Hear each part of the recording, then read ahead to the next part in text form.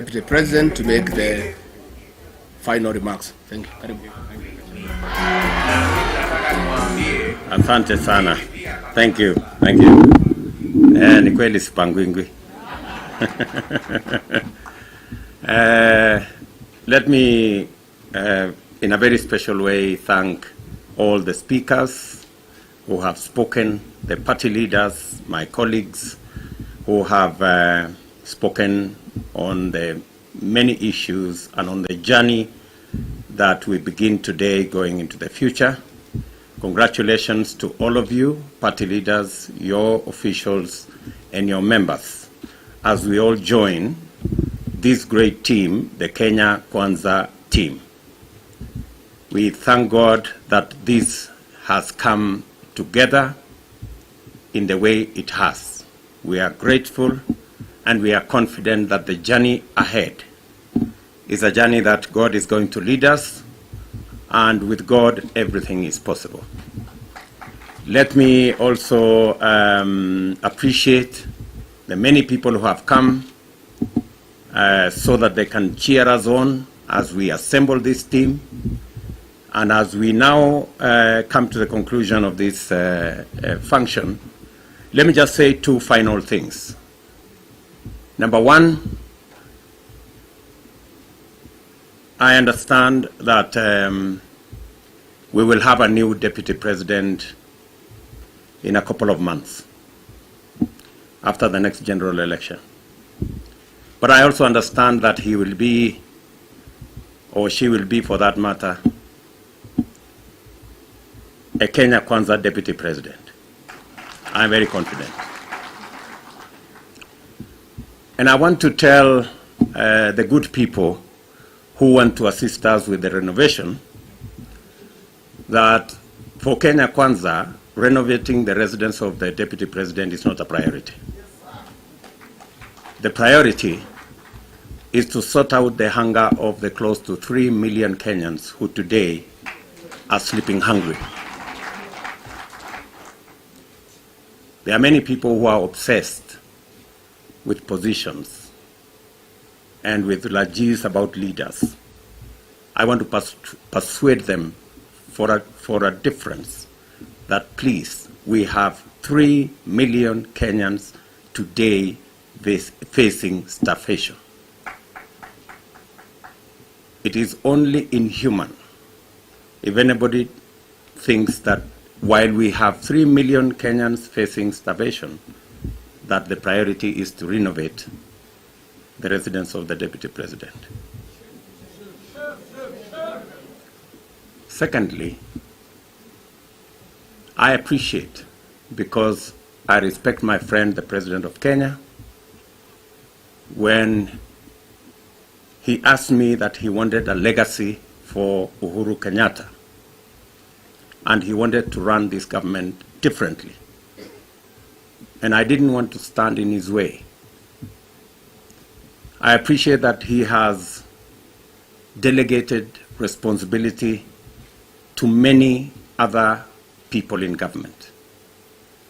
But I think it's right for us to say there is a crisis in Kenya. There is a fuel crisis in Kenya. Adding on to the long queues everywhere. The long queues, even on a simple matter of SIM cards. We want to ask our people in the CA, please, be human. Kenyans are queuing everywhere. It is not necessary for them to queue for a SIM card, for them to be registered. We have enough time. What is this magic about Friday? The SIM card registrations can wait. Up to December maybe. It can wait. There is no crisis unless you are up to no good. And if you are agents, if the CA is agents of the dark forces, we want to tell them they will fail, and they will fail miserably. We asked the other day, and nobody has answered, about the Petroleum Development Fund. what is really going on with the Petroleum Development Fund. 39 billion shillings was in the budget, has been collected, and nobody is telling us what happened to that money. The president signed the other day the supplementary budget so that we can sort out the fuel crisis in the country. The fuel crisis in the country, the queues are getting longer. Surely, Kenyans deserve some answers. It is not enough for the Ministry of Energy to tell us long stories about there being no being there aboard. Money has continuously been collected. Kenyans have continuously paid taxes on fuel, and money has been collected under the Petroleum Development Fund. Where is this money? Where is it going? Why are the queues getting longer? We appreciate that the whole of government has been mobilized to run the Azimio project, but surely it cannot be at the expense of 50 million Kenyans. It cannot be so that we can have long queues everywhere. The Kenya Kwanza government will sort out many of the things. We will sort out matters to do with unemployment. We will sort out the cost of living. We will sort out issues to do with access to credit. We will sort out matters to do with universal health coverage.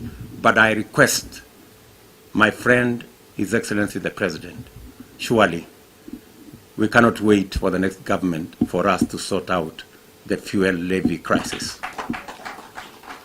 The people who have been delegated that responsibility by His Excellency the President must either up their game or ship out so that other deserving Kenyans can sort out the matters in the Ministry of Energy. I think that's really the bare minimum we can ask as Kenya Kwanza with a lot of respect, because we have a situation in Kenya, and I think the project can wait for a few days for the fuel levy to be sorted out, and then we can continue with the game and the music as we have always done. So with those many remarks, let me say, ladies and gentlemen, I'm truly grateful to each and every one of us who's been part and parcel of this great and successful occasion. I welcome all of you to the Hustlers Mansion for lunch before the renovation.